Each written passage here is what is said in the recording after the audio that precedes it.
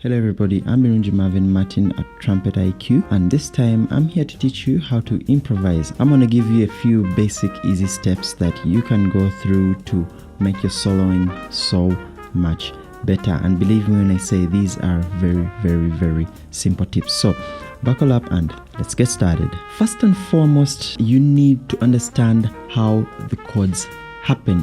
You need to understand how the harmony is taking place in the chord progression, what harmony is taking place in the chord progression. Say now if you have a chord like chord 1, say in C major, say a C major 7th, you need to know what notes are in there.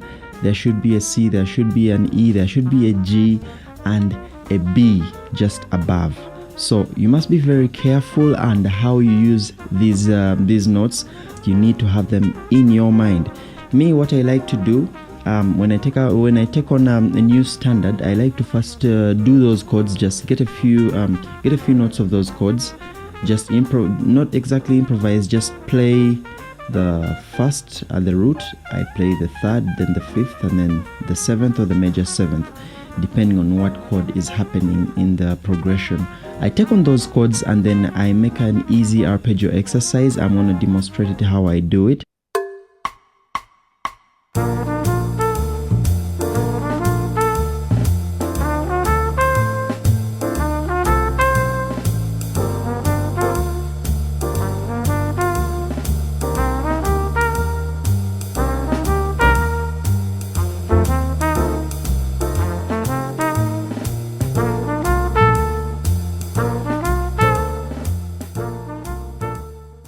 That's just how I do it, and it's really interesting and easy to use. So when you begin with this kind of exercise, everything just falls in place. Your understanding of the chords that are going on in the progression of the song is very important. So after getting those chords very well, start adding on a few passing tones up and down. Maybe it could be a chromatic passing tone, and these things will sound really good. You won't believe how easy it will be for you to improvise over that same song that you've finished analyzing. The other thing that I would really love most trumpet players to include in their improvisation is practicing riffs and jazz solos of the greats. This is very important. You see, when you practice riffs, they become part of you. They become a big part of you. When you practice solos, they become a really big part of you. You embrace the character, you embrace the articulation, you embrace the melodic playing of a certain artist. So if it's a great artist, you're gonna sound great too. So just keep practicing these riffs and solos. I have a few riffs and solos that I like to post. I'm going to put just a little bit of them just after this very same sector.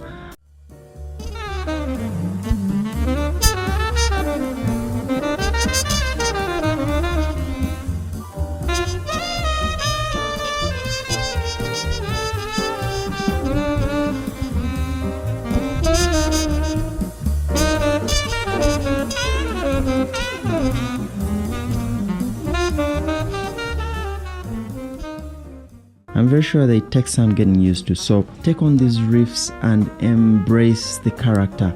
This is something that is going to help you to develop your playing. The next thing that I'm going to talk about is one of the things that jazz teachers don't normally talk about enough while teaching students how to improvise. Now, and this is how to use your instrumental effects. If you know what I'm talking about, things like the growling, things like the alternate fingering, things like the double tongue, the triple tonguing, put it here and there. Those small designs that really make your solo very unique. With the trumpet players, you need to understand how to use your alternate fingerings. This is how it sounds like.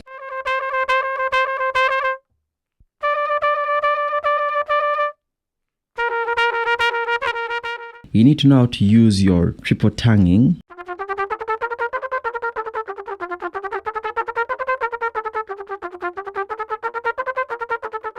You need to learn how to use your double tonguing. You need to learn how to use your growl. you need to learn how to use your trill or your shake. You need to learn how to use your mutes, your plunger mute, the wah mute, and the harmona wah mute.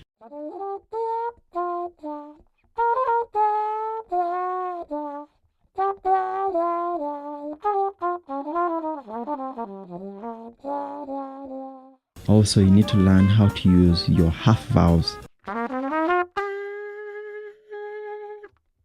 All of these instrumental effects really make your solos sound good, and this won't just capture jazz enthusiasts' attention, it will also capture the common person's ear. So include them in your practice session while you're improvising, and your solos are going to sound really good. Finally is something that I like to do as a trumpet player, and something that I would really love you to start doing, and this is just doing your fingerings, whether you are on the trumpet or off the trumpet.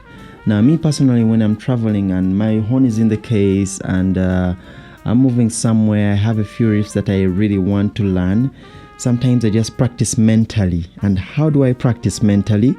I tend to imagine a solo, give it a certain key, you understand? And then when I give it a certain key, I slow it down, and then I do the fingerings. I mean, what my hands could be on my lap, and just doing the fingerings. Just say I put my hand anywhere and I start doing this. It really helps. It really helps. It saves you a lot on practice time.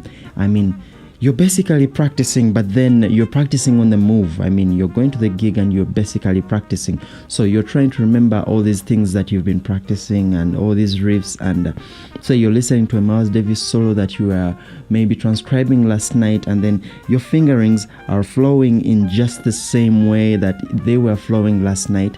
And then you just follow the right fingering, da da da da da da da da da da da, and then just with time, believe me, so this thing saves you time on practice. You're going to reach to the gig and you already know what to do. Your fingerings are just there. They know exactly what to do. Your muscle memory is excellent, and everything is going to work very well in place. So if you're new to my YouTube channel, please subscribe, and any beginners out there, I am always here for you. I'm always posting such videos for you to help you improve your jazz playing and your trumpet playing. And yeah, until then, I remain Marvin Birungi, a Trumpet IQ, and you may have a great time.